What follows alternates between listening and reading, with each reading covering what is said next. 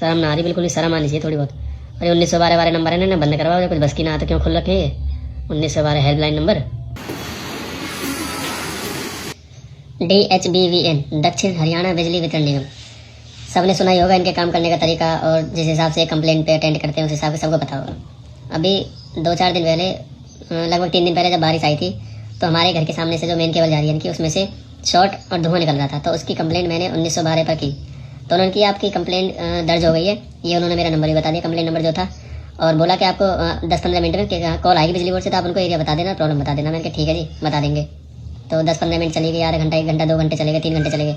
फिर मैंने रात को 8 या 8:30 बजे के आसपास दोबारा 1912 पर कॉल की, और मैंने बोला कि मैंने कंप्लेंट करवाई थी और उसका स्थिति जाननी है मेरे को, अभी तक कोई उस पर कोई कार्रवाई नहीं है, कोई कुछ नहीं है, तो कोई एक्शन नहीं लेगा। तो उन्होंने बोला कि हाँ, जैसा कि हम चेक कर पा रहे हैं, आपका नंबर बताया उन्होंने मेरा कंप्लेंट का। उसके बाद भी कोई भी, उन्होंने बोला कि दोबारा कि ये दोबारा मैंने ना इमीडिएटली वाली उसमें कर दिया, मतलब जो अर्जेंट होती है ना उसमें मैंने कर दिया ट्रांसफर, तो आपको कॉल आ जाएगी सुबह, आपके पास हम बंदे पहुंच जाएंगे। उन्होंने मेरे एरिया का पिन कोड वगैरह, नंबर वगैरह सब देख लिया नंबर के थ्रू, क्योंकि वो लिंक होता है। उसके बाद क्या हुआ कि मैंने देखा चलो सुबह आ जाएंगे।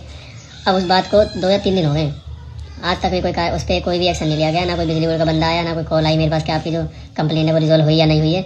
और वो केवल अभी भी ऐसे कैसे ही है, लाइन आ रही है, कोई दिक्कत नहीं है, अभी सप्लाई वगैरह सब चालू है। पर अगर बारिश आती है दोबारा और शॉर्ट होती है केबल, क्योंकि न्यूट्रल फेज जो है वापस में या तो शॉर्ट हो रहा होगा या पानी के थ्रू या कैसे भी, तो वो धुआं निकल रहा था उस टाइम, और केवल वहाँ से फटी हुई पड़ी है। वो मैं वीडियो डाल दूंगा कैसे धुआं निकल रहा था या क्या था।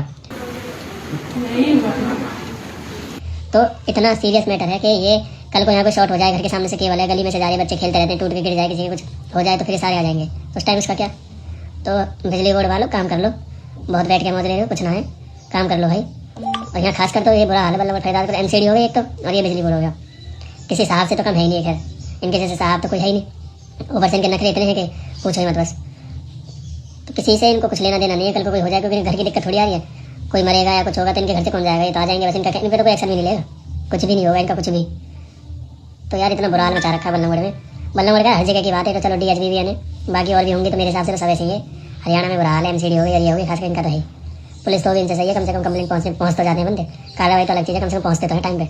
यहाँ तो बुरा हाल मचा रखा, गंद मचा रखा। बिल्कुल मैं वीडियो भी डाल दूंगा, जैसा वो शॉर्ट वॉट हो रही थी या जो भी है वो सब डाल दूंगा मैं। और एक आध को बिजली बोर्ड का अधिकारी देख रहा हो ना, तो भाई ये चीज़ ना थोड़ा देख लो, अगर वो भी काम करने वाला हो तो इनकी तरह ही हो, जो कुछ करने का मतलब नहीं है, जब बिल्कुल केवल टूट जाए, जब पहुँच जाए बिजली बोर्ड पे, कोई पार्सल का फोन जाए, किसी का फोन जाए, तभी जाते हैं ना, तो फिर तो जाओ। तो क्या आम आदमी कोई बोलेगा तो हम सुनोगे ना, अभी वहाँ जाके कर देंगे पंगा वंगा, तो तुम 5 मिनट पहुँचो यहाँ पे।